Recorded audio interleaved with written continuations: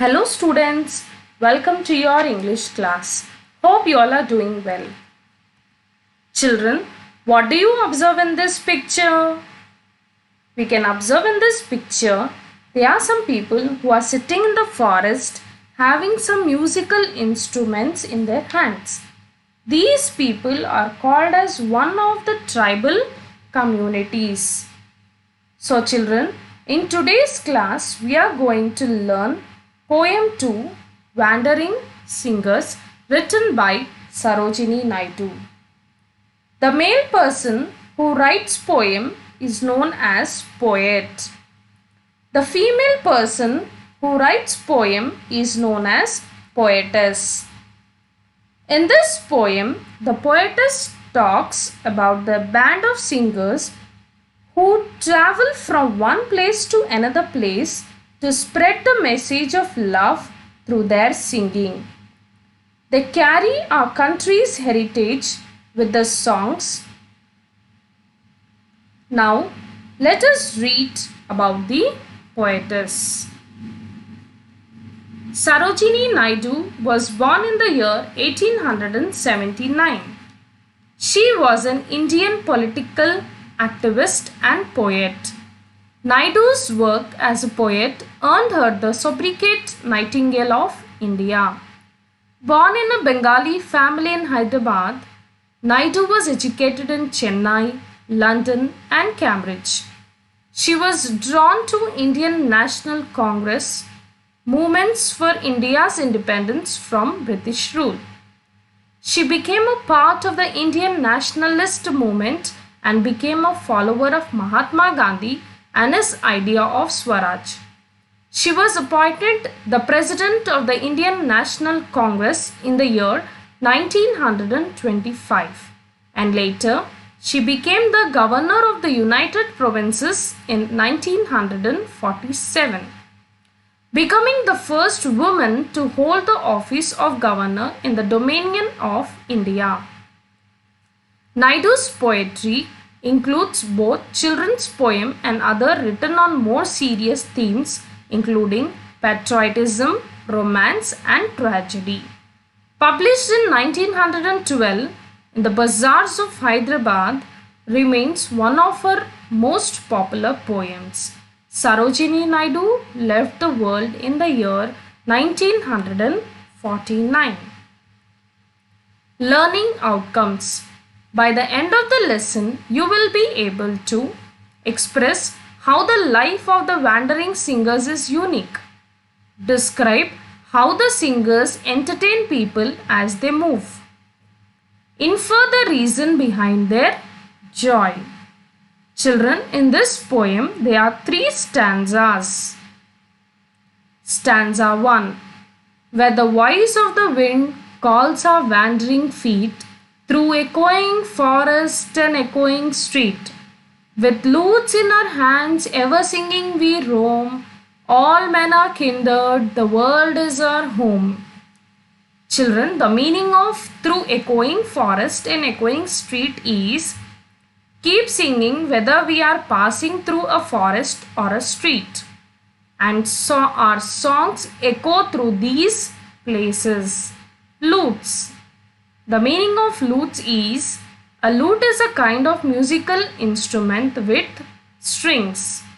Kindred, family or relatives. The poetess describes about the wandering singers, saying that they travel from one place to another place following the voice of the wind. They move through the forest and the streets. When they move, they travel with musical instruments like lutes in their hands. They keep on singing and moving. They say that all men are their family members and the world is their home. Stanza 2.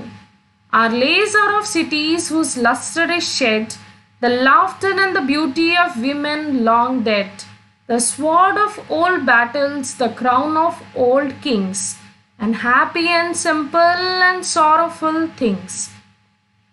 The meaning of lays is in olden days they used to tell lays for songs.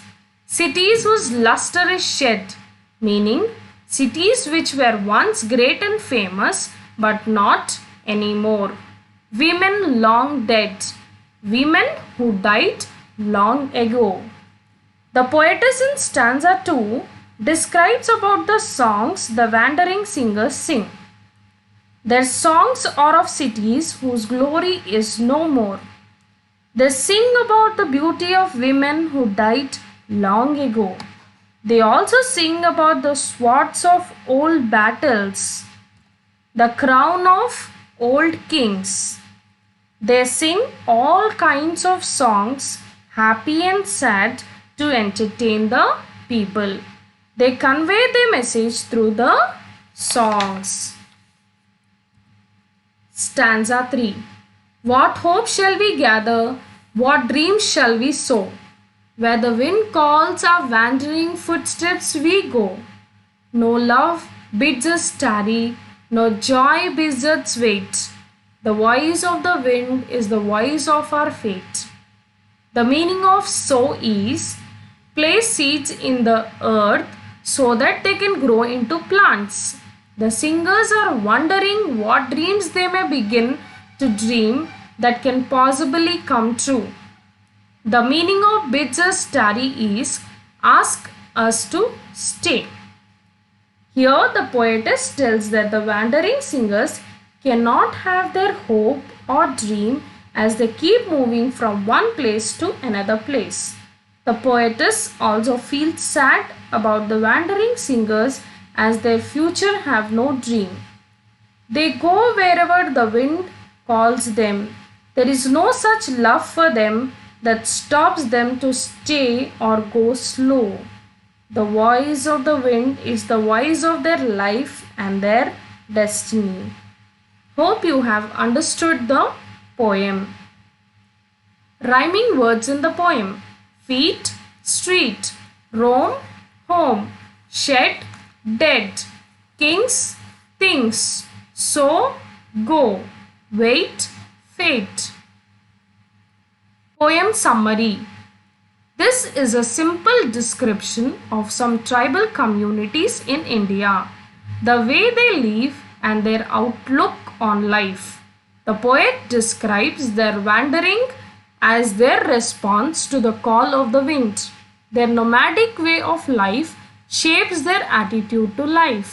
They see the whole world as their home with no difference between forests, the wild, the streets, and cities. They see all people as their relatives. What do they do for a living? They visit villages where they are welcomed, sing folk songs of stories from ancient epics and legends, stories from the valor of kings and the beauty of women, and about places that have lost their glory. They bring alive the greatness of the past to the humdrum lives of the local village communities through singing accompanied by a simple musical instrument, the lute. They have no bonds of love or joy that bind them to a place. They wander wherever they may feed themselves and their families, leaving their future in the hands of the fate. Thank you, children.